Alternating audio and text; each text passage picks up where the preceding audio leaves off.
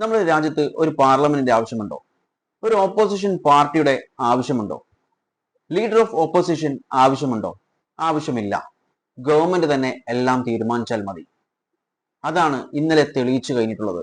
അതായത് വ്യാഴാഴ്ച ഏതാനും ദിവസങ്ങൾക്ക് മുൻപ് ഒരു ബില്ല് വന്നിട്ടുണ്ടായിരുന്നു ലോക്സഭയിൽ. MG നരേഗയെ മാറ്റി VBG റാംജി ബിൽ എന്ന് പറഞ്ഞിട്ട്, അതായത് Viksit Bharat guarantee four Rozgar and Ajeevika mission എന്ന് പറഞ്ഞിട്ട് ഈ ഒരു ബില്ല് ഇന്നലെ ലോക്സഭയിൽ പാസാക്കി. കടുത്ത പ്രതിഷേധം ഓപ്പോസിഷൻ പറഞ്ഞിട്ടുണ്ടായിരുന്നു. അവർ പറഞ്ഞിട്ടുള്ളത് സ്റ്റാൻഡിംഗ് കമ്മിറ്റിയിലേക്ക് അയച്ചു കൊടുക്കണമെന്നാണ്. പക്ഷേ അത് നിഷേധിച്ചു. ഈ ബില്ല് പാസാക്കി. ഉടൻ തന്നെ അത് രാജ്യസഭയിലേക്ക്, അതായത് ആ വ്യാഴാഴ്ച തന്നെ വൈകുന്നേരം ആകുമ്പോഴേക്കും രാജ്യസഭയിൽ എത്തിച്ചു. തിടുക്കത്തിൽ രാജ്യസഭ അത് ടേബിളിൽ വെക്കുമ്പോൾ ഓപ്പോസിഷൻ വീണ്ടും പറഞ്ഞു ഇത് ഇപ്പൊ എടുക്കാൻ പാടില്ല, സ്റ്റാൻഡിംഗ് കമ്മിറ്റിയിലേക്ക് അയക്കണം. കേട്ടില്ല, എടുത്തു. ഡിസ്കഷൻ തുടങ്ങി. രാത്രി, അതായത് വ്യാഴാഴ്ച രാത്രി 11 മണി കഴിയുമ്പോൾ അത് പാസാക്കി. രാജ്യസഭയും പാസാക്കി. അതായത് പാർലമെന്റിലെ രണ്ട് പ്രധാനപ്പെട്ട ലോക്സഭയും രാജ്യസഭയും പാസാക്കി. ഇനി പ്രസിഡന്റിന്റെ അസന്റും കൂടി കിട്ടിക്കഴിഞ്ഞാൽ അതൊരു നിയമമായി മാറിക്കഴിയും.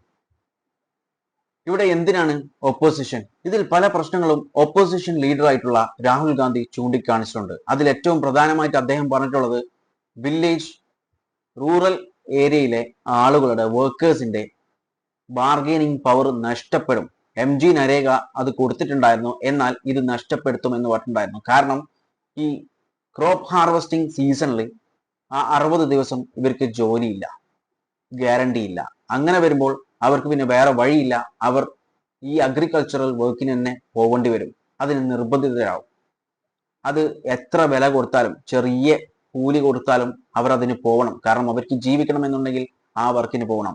എന്നാൽ ആ സമയത്തും MG നരേഗ ചെയ്തിട്ടുള്ളത് അവർക്ക് ഗ്യാരണ്ടി കൊടുത്തിട്ടുണ്ടായിരുന്നു. അങ്ങനെ വരുമ്പോൾ അവർക്കൊരു ബാർഗെയിനിങ് പവർ അവിടെ ഉണ്ടായിരുന്നു.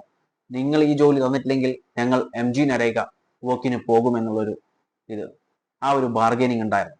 അതാണ് ഇവിടെ നശിച്ചിട്ടുള്ളത് എന്നാണ് രാഹുൽ ഗാന്ധി ഇവിടെ പറഞ്ഞിട്ടുള്ളത്, ആ ബില്ലിനെ കുറിച്ച് പറഞ്ഞിട്ടുള്ളത്. രാഹുൽ ഗാന്ധി വ്യാഴാഴ്ച, അതായത് ഈ ബില്ല് ലോക്സഭയും രാജ്യസഭയും പാസ്സാക്കിയപ്പോൾ ഇട്ടിട്ടുള്ള ഒരു ട്വിറ്റർ എന്ന് പറയുന്നത്, nothing that VBG RAM G bill is not a revamp of MG NREGA. Gandhi പറഞ്ഞിട്ടുള്ളത്, last night Modi government demolished 20 years of MG NREGA in one day. ഒറ്റ ദിവസം കൊണ്ട് MG നരേഗയെ നശിപ്പിച്ചു എന്നാണ് രാഹുൽ ഗാന്ധി പറഞ്ഞിട്ടുള്ളത്. ഇത് മാത്രമല്ല, ഒരുപാട് കാര്യങ്ങൾ ഈ ഒരു ബില്ലുമായിട്ട് ബന്ധപ്പെട്ടുള്ള പ്രശ്നങ്ങളുണ്ട്. അതിൽ ഏറ്റവും പ്രധാനപ്പെട്ട ഒരു പ്രശ്നമാണ് ഈ 60 ദിവസം ജോലി ഗ്യാരണ്ടി ഇല്ല എന്ന് പറഞ്ഞിട്ട്. അത് കാരണം നമ്മുടെ എക്കണോമിക്ക് വലിയ നഷ്ടം സംഭവിക്കും. അതിനെക്കുറിച്ചിട്ടുള്ള ഡീറ്റെയിൽ വീഡിയോ ഞാൻ ഓൾറെഡി ചെയ്തിട്ടുണ്ട്. അതിന് ലിങ്ക് ഞാൻ ഡിസ്ക്രിപ്ഷൻ ബോക്സിൽ ആഡ് ചെയ്യുന്നതായിരിക്കും. താല്പര്യമുണ്ടെങ്കിൽ കാണുക. അതുപോലെ ഒരുപാട് പ്രശ്നങ്ങളാണ് ഈ ഒരു ബില്ലിലുണ്ട്. പക്ഷെ ഈ ബില്ലിൽ നല്ല ഗുണങ്ങളുമുണ്ട്. അതായത് 100 ദിവസം ഗ്യാരണ്ടി ചെയ്തിട്ടുള്ള MG നരേഗ ഗ്യാരണ്ടി ചെയ്തിട്ടുള്ളത് അധികരിപ്പിച്ച് 125 ദിവസം ഗ്യാരണ്ടി കൊടുക്കുന്നുണ്ട് ജോബ്. അതൊക്കെ നല്ല തീരുമാനങ്ങളാണ്. പിന്നെ അതുപോലെ ഇതിന്റെ പേര് മാറ്റേണ്ട കാര്യം എന്തായിരുന്നു?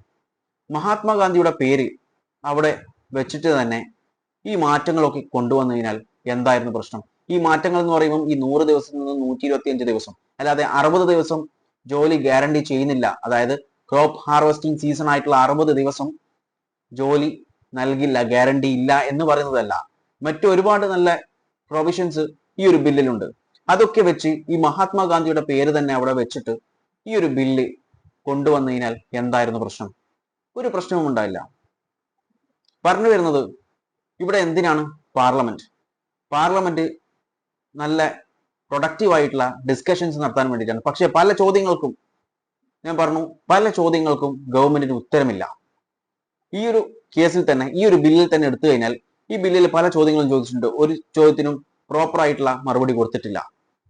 അതല്ലാതെ ഇത് സ്റ്റാൻഡിംഗ് കമ്മിറ്റിയിലേക്ക് അയക്കാൻ പറഞ്ഞു, കാരണം കൂടുതൽ വിശദമായി ഈ ബില്ലിനെ കുറിച്ച് പഠിക്കാൻ വേണ്ടിയിട്ട്. പക്ഷേ അത് ചെയ്തില്ല. ലോക്സഭയിൽ നിന്ന് പാസ്സാക്കി അത് രാജ്യസഭയിലേക്ക് അയച്ചു. രാജ്യസഭയിൽ അയച്ചിട്ടുള്ളത് വൈകുന്നേരം 5 മണിക്കാണ് ടേബിളിൽ വെക്കുന്നത്. അത് മുതൽ രാത്രി വരെ ഡിസ്കഷൻ. അത് വായിച്ച് മനസ്സിലാക്കാനുള്ള സമയം പോലും നമ്മളുടെ അവിടെയുള്ള രാജ്യസഭയിലുള്ള മെമ്പേഴ്സിന് കൊടുത്തില്ല. ആ ഒരു ചെറിയൊരു സമയം കൊണ്ട് ഈ ഒരു ബില്ല് പഠിച്ച് മനസ്സിലാക്കി ഇതിലെ പ്രശ്നങ്ങളൊക്കെ കണ്ടുപിടിക്കാൻ പറ്റുമെന്നാണോ പറയുന്നത്. അല്ലാതെ പാർലമെന്റിൽ കൊണ്ടുവന്ന് വെറുതെ ഒരു പ്രഹസനം പോലെ ടേബിളിൽ വെച്ച് ഡിസ്കഷൻ വെച്ചു. ഓപ്പോസിഷൻ പറയുന്ന ഡിസ്കഷൻസ് ഒന്നും അക്സെപ്റ്റ് ചെയ്യുന്നില്ല. അവർ പാർലമെന്റ് സ്റ്റാൻഡിംഗ് കമ്മിറ്റിയിലേക്ക് കൊടുക്കണമെന്ന് പറഞ്ഞു. ആ ആവശ്യം എടുക്കുന്നില്ല. കാരണം പാർലമെന്റ് സ്റ്റാൻഡിംഗ് കമ്മിറ്റിയിലേക്ക് അയച്ചു കഴിഞ്ഞാൽ അവിടെ ഒരു ഡിസ്കഷൻ നടക്കും. ഇതിലുള്ള പോരായ്മകൾ, ഇതിലുള്ള ഗുണങ്ങൾ, അങ്ങനെയുള്ള എല്ലാ പ്രശ്നങ്ങളും അവിടെ പരിഹരിക്കാൻ പറ്റും. ഈ ബില്ലിലുള്ള പ്രശ്നങ്ങളൊക്കെ പരിഹരിച്ചു കഴിഞ്ഞു കഴിഞ്ഞാൽ ഇതൊരു നല്ലൊരു ബില്ലായി വീണ്ടും അവതരിപ്പിച്ച് ആർക്കും ഒരു ഒപ്പോസിഷനും ഇല്ലാതെ ഇത് പാസ്സാക്കാൻ പറ്റും. പക്ഷേ അത് പാടില്ല. ഇതുപോലെ തന്നെ പാസ്സാക്കണം. പിന്നെ എന്തിനാണ് ഇവിടെ ഒരു ഒപ്പോസിഷൻ? അതിന്റെ ആവശ്യമില്ലല്ലോ. ഇതിനെക്കുറിച്ച് നിങ്ങളുടെ അഭിപ്രായങ്ങൾ കമന്റ് ബോക്സിൽ രേഖപ്പെടുത്തുക. വീഡിയോ ഇഷ്ടപ്പെട്ടിട്ടുണ്ടെങ്കിൽ ലൈക്ക് ചെയ്യാനും മറ്റുള്ളവരിലേക്ക് ഷെയർ ചെയ്യാനും മറക്കല്ലേ. And thanks for watching me and stay tuned for another video. Okay, thank you.